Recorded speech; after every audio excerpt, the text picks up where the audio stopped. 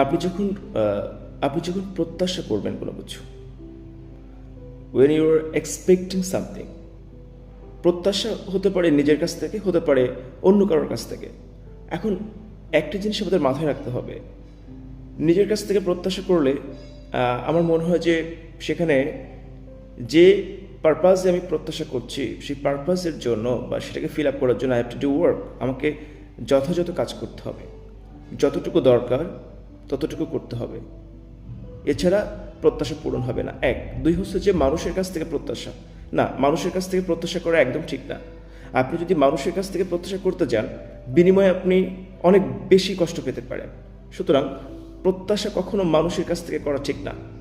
মানে নিজেই কিছু পাওয়ার জন্য কারোর কাছ থেকে প্রত্যাশা, এটা করা ঠিক না। নিজের কাছ থেকে নিজেই পাইতে হবে এবং সেটা প্রপার পরিশ্রমের মাধ্যমে, এবং যতটুকু পরিশ্রম ঠিক ততটুকু করার মাধ্যমে।